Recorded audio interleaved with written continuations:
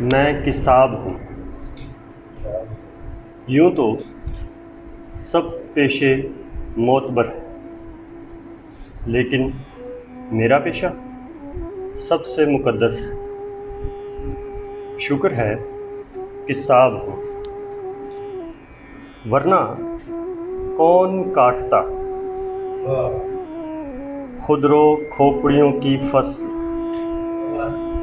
वरना कौन काटता खुदरो खोपड़ियों की फसल।